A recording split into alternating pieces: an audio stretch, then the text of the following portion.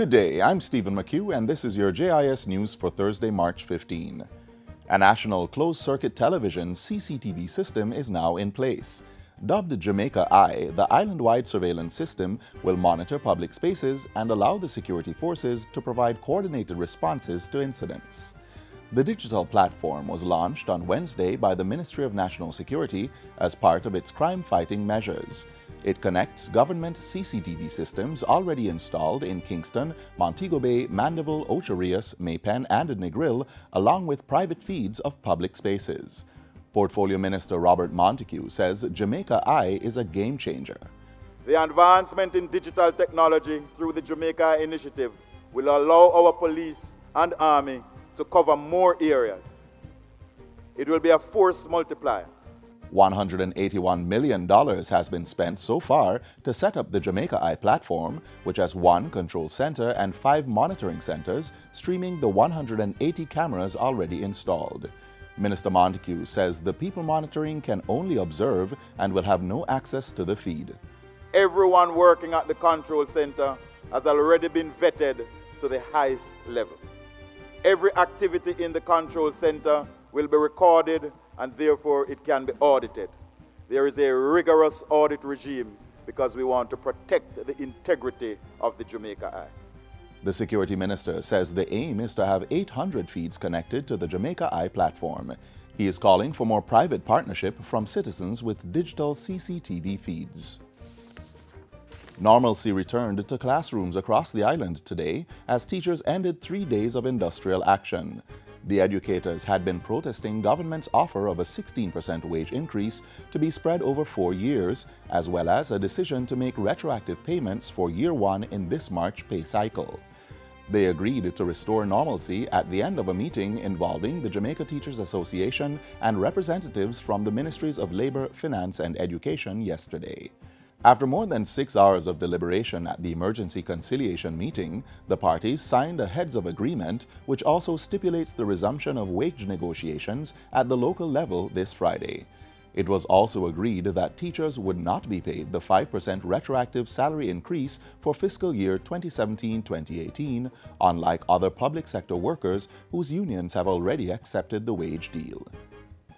1,500 students will see their nutritional needs being met at school as a result of a $4.5 million donation this week. The money is being provided by Restaurants of Jamaica to support the Education Ministry's National School Feeding Program through Nutrition Products Limited. Marketing Director of Restaurants of Jamaica, Tina Matalon, says the donation is part of the brand's Add Hope program. Add Hope is actually a part of a global initiative by Yum Restaurants, our franchisors, to feed the world, basically, and to eradicate hunger through world food relief. So it is the first step for us in this initiative to add hope to Jamaica through the KFC Add Hope program, and Restaurants of Jamaica is very proud to take this first step. Education Minister Senator Ruel Reid has welcomed the donation. He says it will add to the ministry's plan for reviewing the National School Feeding Program to promote health consciousness among students.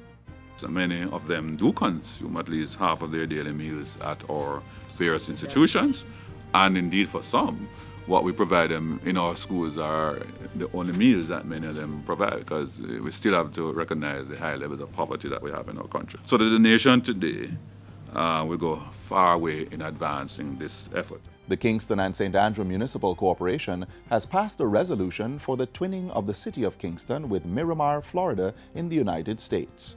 The city of Miramar is home to a large Jamaican diaspora, and the resolution states that it and Kingston share deep cultural, creative, and historic ties. They have agreed to pursue and solidify this relationship through various initiatives. Councillor for the Stony Hill Division, Tasha Schwab, who moved the motion, says there are substantial benefits to be gained. We have so much to share, so much to learn from each other. As said before, it will provide us opportunity to learn best practices in disaster management and mitigation. It is a way for us to exchange our sporting activities, our youth activities, art, culture, food, music. The resolution is to be sent to the Ministry of Local Government and Community Development for support. It was passed by the Kingston and St. Andrew Municipal Corporation at its meeting on Tuesday. During the sitting, newly elected councillor for the Norman Gardens Division, Jacqueline Lewis, was sworn in. The National Aquatic Centre at Independence Park has received an upgrade amounting to just over $27 million. Sports Minister Olivia Grange officially reopened the upgraded facilities on Wednesday. It comes just in time for the centre's hosting of this year's Carifta Swimming Championships, which began today. The work entailed the changing of the filters, the complete overhaul of the diving facility, and extensive upgrading of the swimming pool. Starting blocks and timing pads were installed, all designed to ensure that our hosting of the Carifta Games will be up to world-class standard. Minister Grange commended the Sport Development Foundation, Independence Park Limited, and the Aquatic Sports Association of Jamaica for the work. And finally, the Westmoreland Health Department is implementing a rodent control program to prevent any outbreak of leptospirosis cases in the parish.